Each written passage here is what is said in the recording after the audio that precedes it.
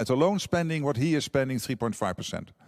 And now in The Hague, we have dealt with this. We decided to move to the 3.5%, equalize with the US. I think it is his biggest foreign policy success when it comes to the Euro-Atlantic area.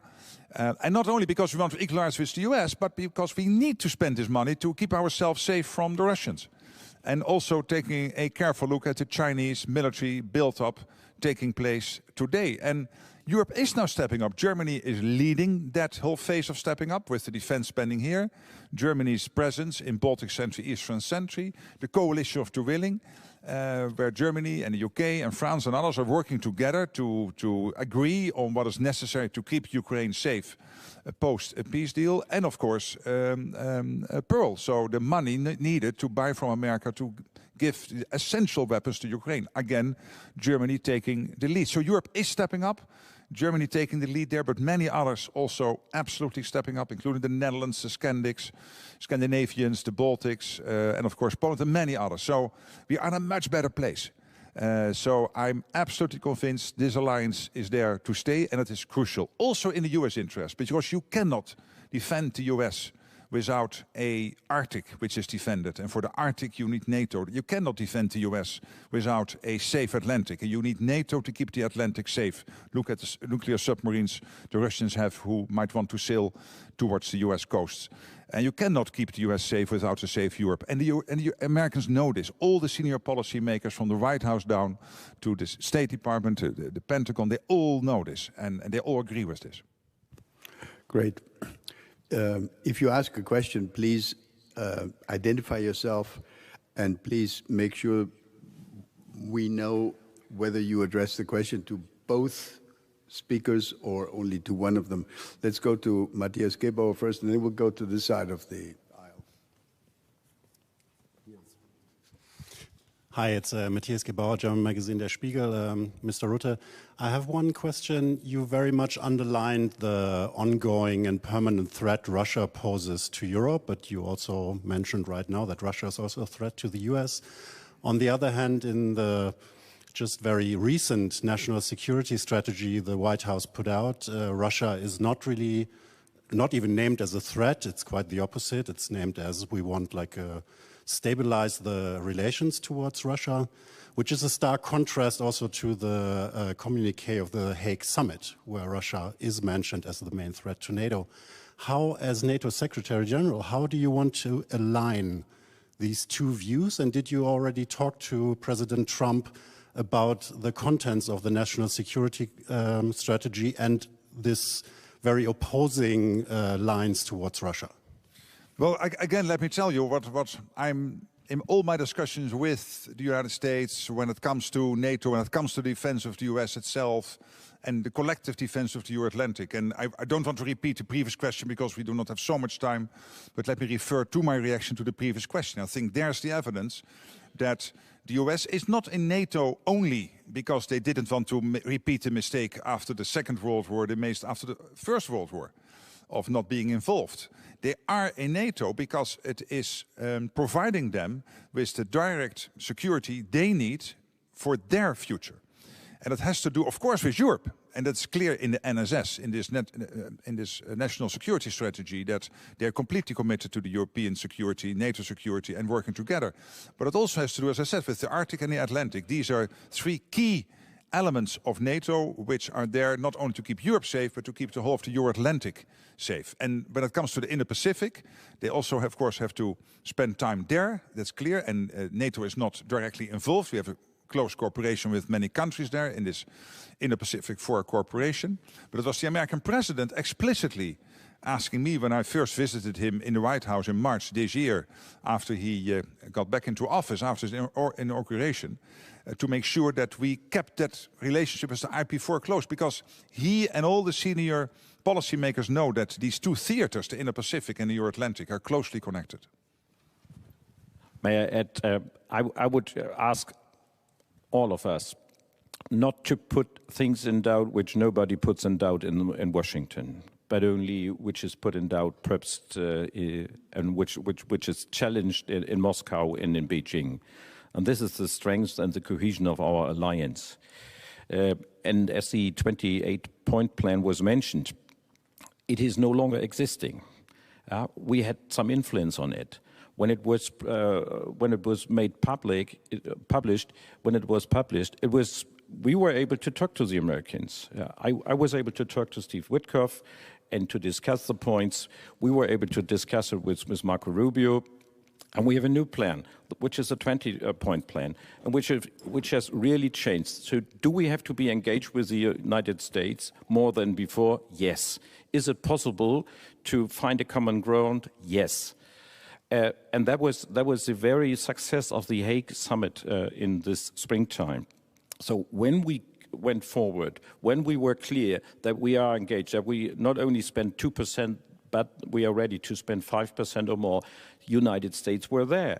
And of course, there was a common ground, and we found that common declaration. And you see no doubts, also in this specific new paper from Washington, which really put in doubt the nuclear umbrella and the willingness to defend Europe together with the European allies. And please do us not allow to raise questions which were really in the end of the day not raised in Washington. All right, we'll go to this side of there. Where were the questions here? The gentleman over there.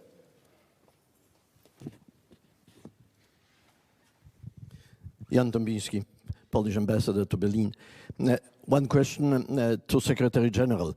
In all this discussion about security guarantees for Ukraine, I've nothing found about reduction of Russian military presence on our borders. Is it a part of a discussion? Because this would be the best security guarantee for Ukraine, the militarization of Crimea or of occupied territories, at least to reduce the Russian presence against Ukraine and against us. Ambassador, I understand the question. Of course, I am aware of various stages of all the discussions, so I cannot go into all the details.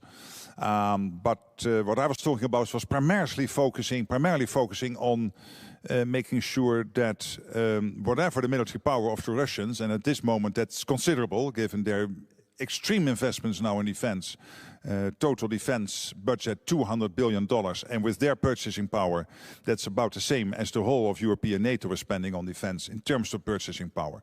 So it's really a lot of money, and they don't have all the bureaucracy we have, so they can take the decisions quickly, easily move to this wartime economy as they have done. And that's why they are posing a threat immediately. And what we need to do with these security guarantees, first of all, is to make sure that they will never try again, by knowing that our reaction will be, as I said, devastating. That's now the prime focus.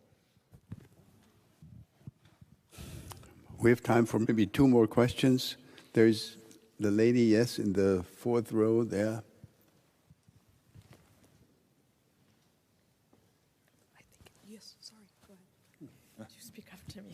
Sorry, my name is Anne Hoed-Herkes. I'm the chair of the Königswinter organization.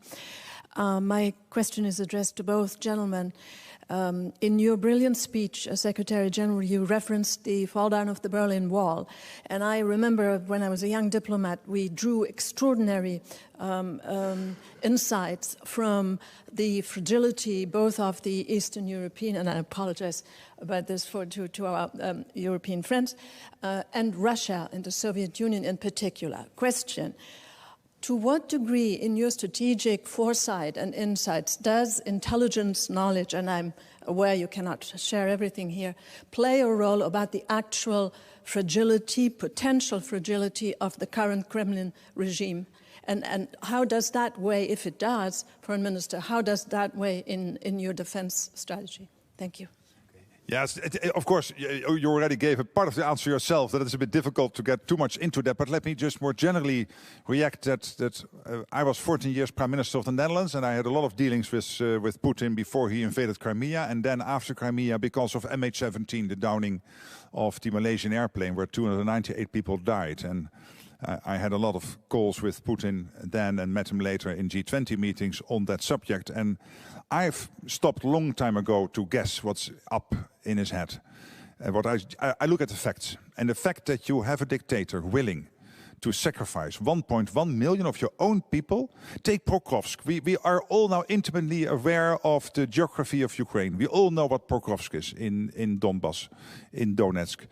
And that small city of 60,000 people, they started the onslaught on that city in the summer of 2024. It is now the end of 2025. They still have not captured it. And in the meantime, on this front line, they are losing, last month, 25,000 people getting killed. If you have a dictator willing to do this, because you have this crazy idea of some historical whatever he has, then you have to be very careful. And we have to stand ready. And that's why it is crucial that the biggest economy in Europe, and that is Germany, with its enormous power, has decided in already under Scholz with the Zeiten, and then with Chancellor when this government was formed in March, even before the government was formed, under leadership of now Chancellor Merz, to make this extraordinary investment in this defense. It is crucial. Please, I know also in Germany some people are questioning, do we really need to do this? Yes.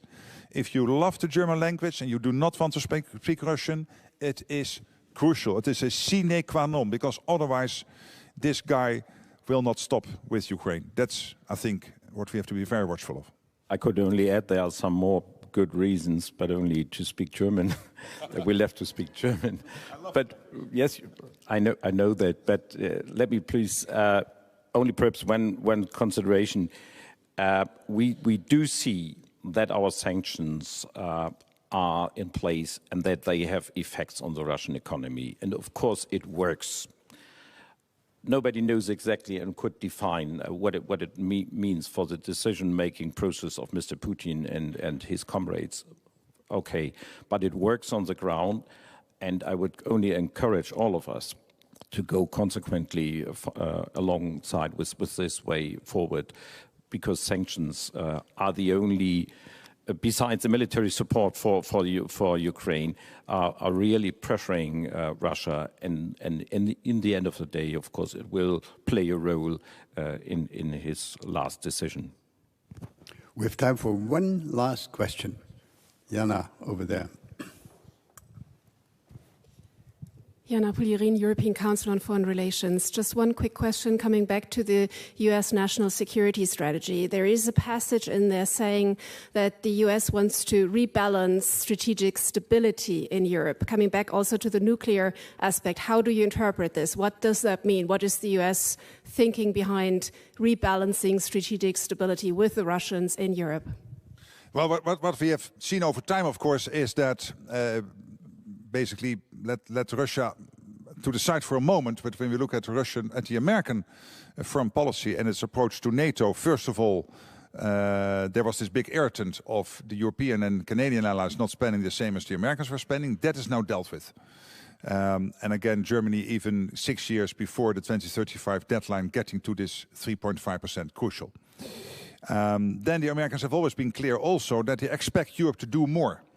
To do more of the heavy lifting. And why is that? Because the US also has to concentrate on the Indo-Pacific and other parts of the world, knowing that these theaters are more and more getting interconnected. So that's what you will see over the coming years, a shift.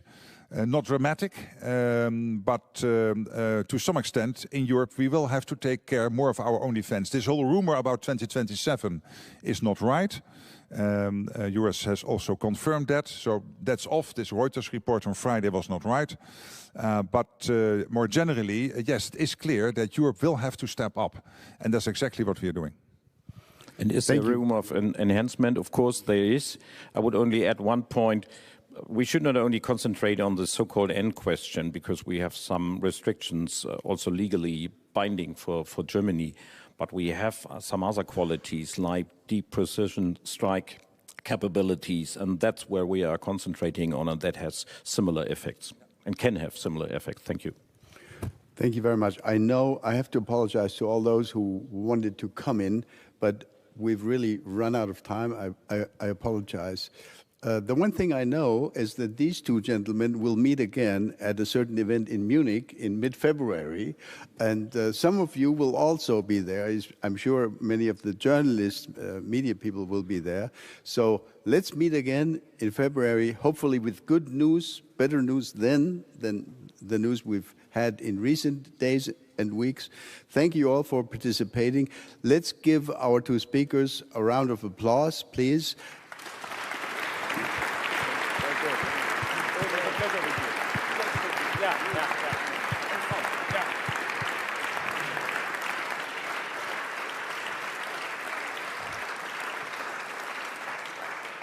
And I think our Bavarian hosts are kind enough to invite us to a glass or something to eat downstairs. Thank you very much.